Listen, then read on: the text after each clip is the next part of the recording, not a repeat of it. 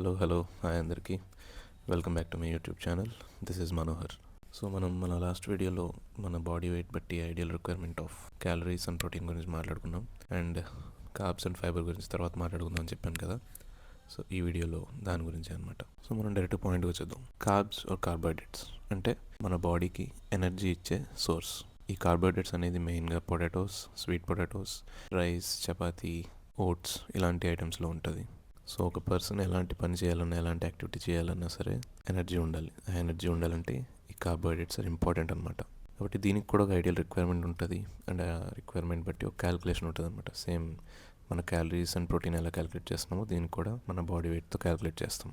ఒక normal person కూడా, అంటే ఎలాంటి ఫిజికల్ యాక్టివిటీ ఆర్ జిమ్కి వెళ్లకుండా ఉన్న పర్సన్ కూడా వాడి body weight into 3 to 5 grams of carbohydrates తీసుకోవాలి. అప్పుడే వాడు ఫుల్ యాక్టివ్గా ఉంటాడు. అదే జిమ్కి వెళ్ళి వర్కౌట్స్ చేసి లేదా ఇంటెన్స్ వర్కౌట్స్ చేసే పర్సన్ అయితే 5 to 8 grams తీసుకోవాలి. అంటే వాళ్ళ body weight into 5 to 8 grams. For example ఒక 60 kgs ఉన్న పర్సన్ జిమ్కి వెళ్తాడు, వర్కౌట్స్ చేస్తాడు.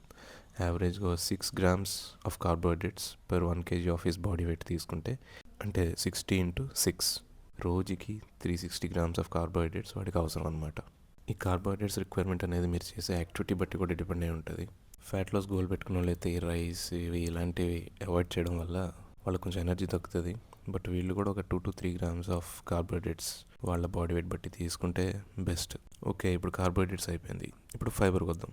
దీని రోల్ ఏంటి అంటే మనం తిన్న ఫుడ్ని కొంచెం ఈజీగా డైజెస్ట్ అయ్యేలాగా చేసి మన బాడీకి పట్టేలా చేస్తుంది అనమాట. అండ్ ఈ ఫైబర్ ఎందులో ఉంటుందంటే క్యారెట్, కీరా, యాపిల్, బీన్స్, ఓట్స్ ఇలాంటి ఐటమ్స్లో ఫైబర్ ఉంటుంది. ఈ ఫైబర్ రిక్వైర్మెంట్ తెలుసుకోవాలంటే దీని క్యాలిక్యులేషన్ కంప్లీట్గా మారిపోద్ది అనమాట. క్యాలరీస్, ప్రోటీన్, కార్బ్స్ లాగా మన బాడీ వెయిట్తో మల్టిప్లై చేయం దీన్ని.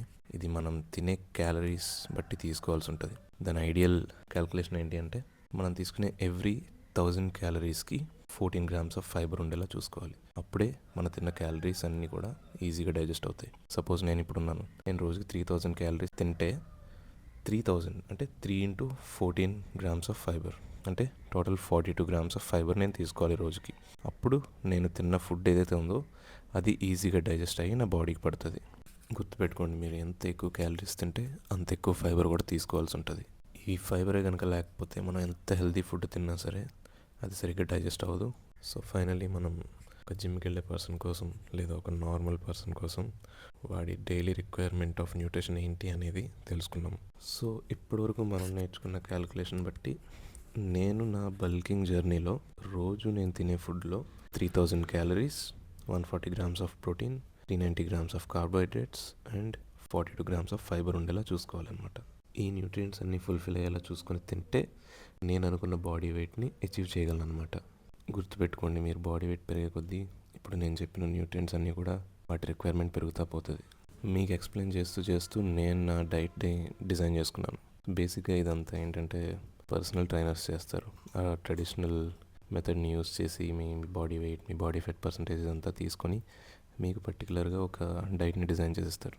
బట్ అందరూ పర్సనల్ ట్రైనర్ని ఎఫర్ట్ చేయలేరు. మనమే తెలుసుకోవాలి ఇలాంటివి. సో ఈ ఈజియెస్ట్ మెథడ్తో అందరికీ అర్థమైంది అనుకుంటున్నాను. మా ఫ్రెండ్స్, మా రిలేటివ్స్ కొంతమంది నన్ను డైట్ ప్లాన్ అడిగేవారు. ఇప్పుడు మీరు నన్ను అడగాల్సిన పని లేదు. ఈ మెథడ్తో మీకు మీరే డైట్ ప్లాన్ డిజైన్ చేసుకోవచ్చు. గుర్తుపెట్టుకోండి, మనం ఎంత ఫుడ్ తింటామో, మనం ఎంత వర్కౌట్ చేస్తామో దానికి తగ్గ రెస్ట్ కూడా తీసుకోవాలి. రెస్టే లేకపోతే మన బాడీ పెరగదు. అందరూ ఏమనుకుంటారంటే మనం వర్కౌట్ చేసినప్పుడు మన బాడీ పెరుగుతుందని, కానీ అలా కాదనమాట. వర్కౌట్ చేసినప్పుడు మన మజిల్ టిష్యూస్ బ్రేక్ అవుతాయి, కానీ అది రిపేర్ అయ్యేది మాత్రం మనం రెస్ట్ తీసుకున్నప్పుడు, అంటే పడుకున్నప్పుడు. కాబట్టి మీరందరూ రోజుకి 7 to 8 hours స్లీప్ ఉండేలా చూసుకోండి. కొన్ని కాలేజ్కి వెళ్ళి వర్క్ చేసి ఇలాంటి వాళ్ళు అయితే at least 7 hours, 6 to 7 hours is very important. Next week నుంచి నేను రోజు మొత్తంలో ఏం తింటున్నాను అనేది కూడా మీతో షేర్ చేసుకుంటాను. ఇప్పుడు నేను చెప్పిన న్యూట్రియంట్స్ అన్నీ కూడా నా డైట్లో ఫుల్ఫిల్ అయ్యేలా చూసుకుంటాను. కాబట్టి నెక్స్ట్ వీక్ నుంచి మన ప్రాపర్ బల్కింగ్ జర్నీ స్టార్ట్ అవుతుంది. So stay tuned. Bye bye.